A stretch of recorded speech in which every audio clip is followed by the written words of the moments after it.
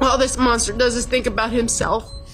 He is nothing but a selfish, self-centered, narcissistic piece of trash that should live with his life in the 8x8 cell. A grieving family finally gets their day in court to confront the man convicted of killing his girlfriend, the mother of his child, leaving him with nothing to say before he heads to prison for decades. Is it your decision to not present a statement to the court? Yes, Your Honor. Okay. All right. But there's still a mystery in this case as the couple's little girl remains missing. I'm Angenette Levy, and this is Crime Fix.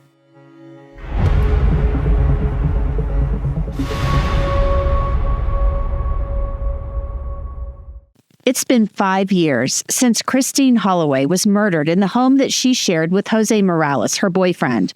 5 long years of her family waiting for answers and some semblance of justice. Christine's murder was gruesome. Prosecutors in Connecticut say her boyfriend, Morales, hit Christine in the head no less than 8 times, causing skull fractures, which led to her death. And then he left her body in the bathtub. Since Christine's murder, the 14-month-old daughter that she shared with Jose Morales has been missing. 3 months ago, Law&Crime covered the trial gavel to gavel, where a jury of 12 men and women found Morales, who's now 48, guilty of murder, tampering with physical evidence, and 2 counts of criminal possession of a firearm in Christine Holloway's death. Now, before we jump into the sentencing, let's listen to Assistant State Attorney Howard Stein as he recalls the crime in court. The crime was brutal. This crime was a case of domestic violence at its worst. At least 8 separate and distinct blows to her head with an instrument that left distinct 1-inch circular bruises and indentations and fractures in the skull of Christine Holloway. Fractures so severe that a lobe of Christine Holloway's brain was completely avulsed from her head through the gaping hole in the side of her skull. Fractures so severe that a forensic anthropologist was unable to completely rebuild the skull during the post-mortem examination. Numerous other traumatic injuries and fractures to her face, chest, and back. Only 2 things could possibly make this fact pattern worse. First, over the next 36 or so hours, the defendant began a methodical and calculated cleanup of this unimaginable scene.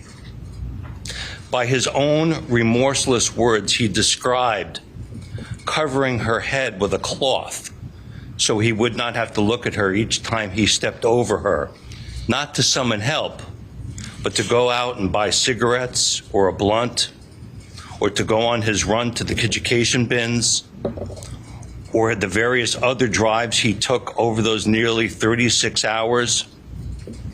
He coldly described soaking up Christine Holloway's blood with towels, wiping away the blood splatter, sorting through the blood-stained clothes and toys that he was bagging and staging on the front deck, picking up pieces of her skull and disposing of them in the kitchen sink garbage disposal, disrobing her body, dragging it to a bathtub, stopping to take a nap. While members of the Holloway family and the Ansonia Police Department frantically searched for Christine. And then, ultimately, calmly leaving the scene. Jose Morales went to trial for the murder of Christine, but has not been charged in connection with his daughter's disappearance, though members of the family believe that he is ultimately responsible. But trust me, the investigation into Vanessa's disappearance is ongoing. The cops have not given up. In fact, prosecutors say police will be reviewing transcripts from the trial, looking for clues. Any little nugget could break this case wide open. But back to the sentencing of Morales for Christine's murder. The state argues the unresolved question of what happened to the couple's daughter should be considered as an aggravating factor. Now, I am well aware that this trial is not about Vanessa Morales, nor has the defendant been convicted of any crime as to Vanessa Morales. But as this court found when ruling on pretrial motions, the police investigation pertaining to her disappearance was exceedingly intertwined into the police investigation and into the nature and circumstances of Christine Holloway's death. and I believe it is something that the court may consider in its broad discretion when fashioning a sentence within the statutory limits for which the defendant has been convicted. Well, I'm going to object. This is exactly what the court just ruled on. Exactly. Attorney Gavin, I appreciate your objection and the limitation on the record when the court enters its decision as to whether or not the court. Thank you. By all direct and circumstantial evidence presented in this case, together with the reasonable inferences that may be developed from the evidence, 14-month-old Vanessa Morales was last seen in the presence of the defendant and her mother in the early morning hours of December 2nd, 2019. Your Honor, this is so far afield from what the court just ordered here. This is attempting to influence this court inappropriately in regard to a matter that is not before the court.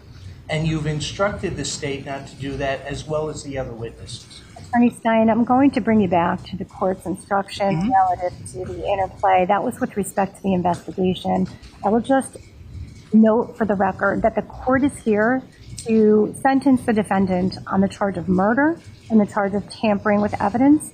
This court will not be taking into consideration the fact that missing child Vanessa is in any way, shape, or form related to any conduct with respect to the defendant. The defendant is not charged relative to Vanessa Morales, and the state's charges and the jury's verdict are not based on any relation to Vanessa Morales. But Judge Murphy reminds the parties that the sentencing decision does not take into account Vanessa and her disappearance. Then she acknowledges the pain endured by the Holloway family, giving them the floor for victim impact statements. The first family member to speak was Christine's aunt, Anna Rodonsky. Beautiful, brilliant, kind, caring, spiritual niece was brutally murdered on 12/2/2019. How does one even begin to start to tell how this has affected my life as well as our family and friends? I would like to start with some background about Chrissy. She was the first person in our family, in her family, to obtain a bachelor's degree. She and I shared a bond with our faith. I chose Christina as my confirmation name because I loved her so much. She loved children, she loved her job, and taking care of so many adorable children at the daycare where she was employed. She was passionate and full of love. I moved to Nashville in October 2019 for a new job, and Chrissy and I would FaceTime with Vanessa during bath time or dinner. We supported each other's passions. She would open the freezer door while Vanessa was playing with her toys, and as soon as Vanessa heard the freezer door opening, she knew it was frozen mango time, and she would crawl as fast as she could, giggling all the way. I hope wherever she is now, she is still enjoying her frozen mangoes. On 12/2/2019, Chrissy was taken away from us, and Vanessa has yet to be found. Anna vividly details just how difficult the grieving process was at the time of Christine's death and still is today. The grief will never end. When we arrived at the cemetery, we were welcomed by the staff with opening and caring arms. We had to ask them if there is a way they could dig the hole for Chrissy a little bit deeper in case Vanessa had to join her. Let me repeat that. We had to ask if they could dig the hole a little deeper in case Vanessa would be joining her. Nobody should ever have to think about asking that question. Nobody. How does one go on? I recall packing my suitcase to come home after Chrissy was murdered. I packed warm winter clothes and boots because I thought I would be looking for Vanessa in the cold woods. I packed clothes for a wake and funeral for my 43-year-old niece. It all seemed surreal. I walked through the airport looking for Vanessa. Stephen and I took on the task of cleaning Chrissy's apartment once released from the police and detectives. I will never forget when we opened the door and broke down crying in each other's arms. Once again, we had to carry on. As we were cleaning the apartment, we would go to the kitchen sink and wash our hands. I noticed water coming out from under the sink. A piece of the pipe was missing and there was no bucket anywhere. I thought this was weird. I thought to myself that perhaps the police took it to see if there was any evidence on it from someone else washing their hands. It was not until the trial that I learned that the pipe was removed with the garbage disposal and my brilliant niece's skull pieces were located. Well, most of the pieces anyway. I have PTSD from the sound of garbage disposals now, and I jump out of my skin. I can't wash a pot after having beets for dinner because the beet juice in the sink reminds me of blood. Stephen and I cleaned and packed up the apartment, taking multiple breaks as we had to hold each other up from sadness, shock, and exhaustion.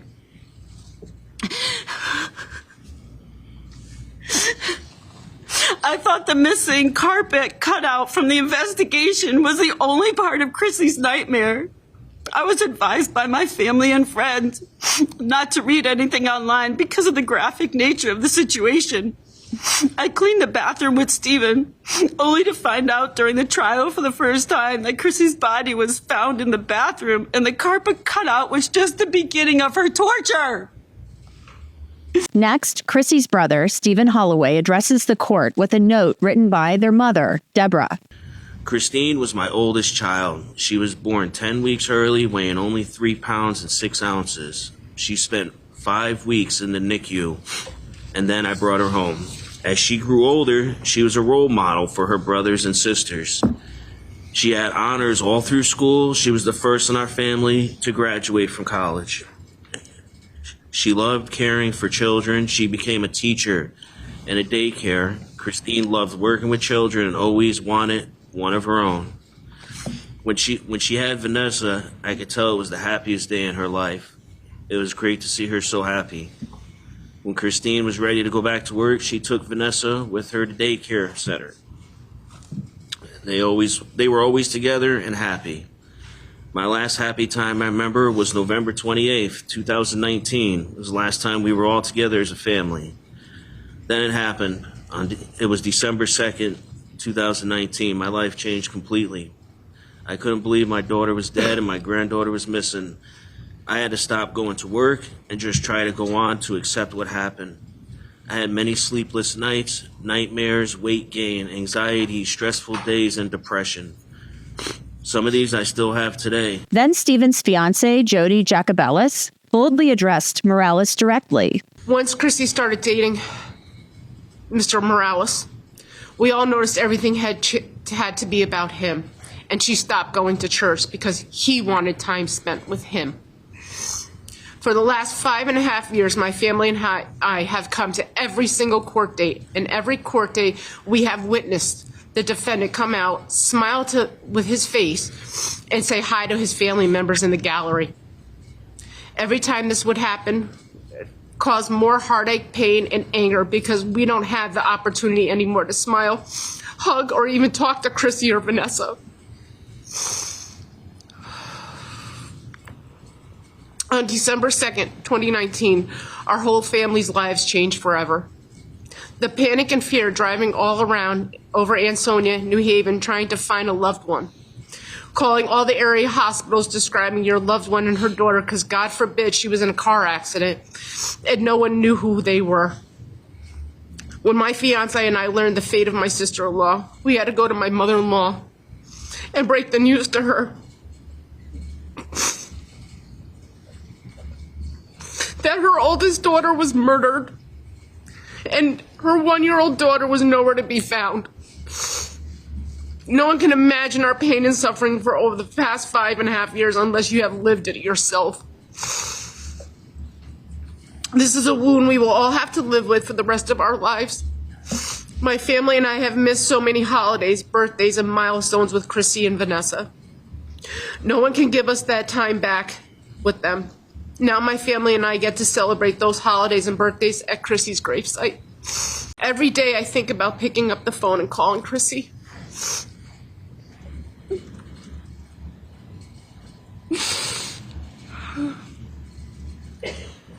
But then I remember I can't, because she will never pick up her cell phone again. I miss having conversations with my sister-in-law, talking about everything and anything. Every day I have to think to myself how another human being can take another person's life. And then I realize he's not a human being. He's nothing but a monster. A monster that must live for the rest of his life knowing what he did and caused the family. There has been no remorse or empathy coming from this monster. Yet my family and I must have to relive the nightmare every minute of the day when we go out and see a child who may look like Vanessa. All this monster does is think about himself. He is nothing but a selfish, self-centered, narcissistic piece of trash that should live with his life in the 8x8 cell. Deep down in my soul, I know this monster knows exactly where Vanessa is, and he knows exactly what he did to my sister-in-law. During the trial, Morales testified in his own defense that he smoked PCP and that 2 intruders broke into the home. His third-party culprit defense included 2 perpetrators, one attacking Christine with a crowbar and the other taking Vanessa. I want you to go very, very slow for me now, okay? Okay. Tell us what happened next, what your observations were, what happened next. So I called 911. I don't know how much time went by. Seconds. I felt hit. I got hit on the right side of my face. I lost my balance. I already had no balance to begin with. I lost my balance. I fell. I tried to lean on the little kitchen island. I couldn't get to it because I was not that close to it. So I fell. I got on my floor, on my knees and my hands, and I got hit right around my chest area. I stood there, laid out on the floor, high, extremely in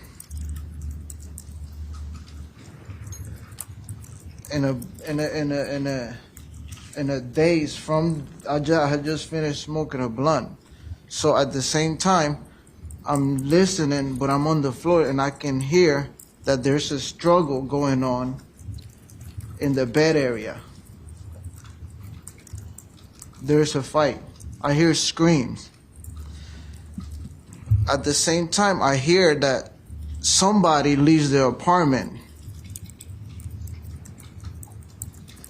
I see that somehow Christine got away from whoever it is that she was fighting with and tried to run out the apartment to go after the guy that left the apartment with Vanessa. Prosecutors proved that story was a lie, providing the jury with evidence that led them to the truth. Morales was an abusive, controlling boyfriend who bludgeoned the mother of his child to death and then spent 36 hours meticulously cleaning the crime scene. Morales' attorney, Ed Gavin, references a proposed deal that came up before the trial that never came to fruition, hoping that it might sway the judge. So the issue is, at this point, is what is an appropriate sentence for Mr. Morales at 48 years of age? And that's a difficult call for the court. I do want to just make a suggestion to the court because you were not involved in any of this. We had extensive negotiations to avoid a trial in this case. Mr. Morales offered to plead guilty to murder and accept a sentence of 35 years to avoid the heartache that this family has gone through today. And for a variety of reasons, none of which were related to Your Honor, that didn't come to fruition. But he did accept responsibility and agreed to plead to the charges. So, Your Honor, at 48 years of age, I would suggest to the court that a sentence of 35 years is appropriate. I think we can all do the math here, and I think that given the agreed upon number of 35 years that was not put into fruition, that would essentially be a life sentence for us. we wouldn't anticipate that there would be any release, certainly on the murder charge where you would serve day for day. Morales wrote a statement for the court, but his counsel advised him not to read it. So Judge Murphy gives him one last chance before she formally sentences him for his crimes. Mr. Morales, I'd like to address you for a moment based on the comments made by your counsel. Sir, you do have a right to be heard, a right to allocution here at the sentencing proceeding, although you do not have to present comments to the court. Is it your decision to not present a statement to the court? Yes, Your Honor. Okay. All right. Thank you, Your Honor. You're welcome. Mr. Morales, you are a dangerous person, a significant threat to society, and you need to be removed from the community for a substantial period of time. The victim's family, as well as the members of society, expect the guilty to be held accountable for their actions and rely on the criminal justice system for some measure of closure. No sentence or comments by the court will lessen the profound sense of loss caused by your actions. But you, Mr. Morales, will be held accountable and sentenced accordingly. Mr. Morales, please rise. Stand up. Upon the court's considerations as outlined on the record, the following sentence is hereby imposed. As to the finding of guilty of the crime of murder of Christine Holloway, it is the sentence of the court that you be committed to the custody of the Commissioner of Corrections for a definite period of 60 years to serve, which in accordance with our statutes is defined as life. As to the finding of the crime of tampering with physical evidence, it is the sentence of the court that you be committed to the custody of the Commissioner of Corrections for a definite period of 5 years to serve, to run consecutive to the sentence on the murder for a total effective sentence of 65 years to serve. Morales will most likely spend the rest of his life in prison, opening up the path for the family to begin the healing process. Following the hearing, the family thanked police and court officials. It takes so much time to write these letters today in court that we are just happy today, and we're grateful for everybody for their support. We're grateful that he can't hurt anybody anymore. This is Vanessa's bib, and we'll continue to look for her. And I don't really know what else to say except thank you so much. Thank you, Jesus. Thank you. On behalf of the Holloway family, we want to say thank you to the state, the Ansonia PD, the FBI, the city of Ansonia, the city of Shelton, Bridgeport Board of Ed, and everybody else in the community that still prayed for our family and that continues to look for Vanessa. Justice was served today in honor of Chrissy. Now the next big step that we have to face is finding Vanessa and bringing her home. Thank you, everybody. About 20 members of Chrissy Holloway's family attended the sentencing, all wearing T-shirts with her photo on the front and Vanessa's photo on the back, all of which vow to never give up the search for Vanessa, who would now be 6 years old. The National Center for Missing and Exploited Children released an age-progressed photo of her, offering a $10,000 reward for information that leads to Vanessa's location. Assistant State Attorney Howard Stein hopes to get answers for the Holloway family soon. It is my hope that the family of Christine Holloway has a small semblance of justice with this sentence today. However, I know they are still suffering because Vanessa Morales remains missing. I will not comment any further about Vanessa at this time, as her disappearance, as intertwined as it is into the murder of Christine Holloway, is still the subject of an active investigation by the Ansonia Police Department, and it's my understanding they will be issuing a press release to you folks with regard to that. So thank you all again for the time that we spent during this trial. I appreciate it. The Ansonia Police Department is determined to figure out what happened to Vanessa. The Detectives Bureau has begun to review those trial transcripts that I mentioned earlier for any new information. And anyone with information involved in the disappearance of Vanessa Morales is encouraged to contact the Ansonia Police Department. Jose Morales is appealing his conviction, but right now, he's headed off to prison. And that's it for this episode of Crime Fix. I'm Angenette Levy. Thanks so much for being with me. I'll see you back here next time.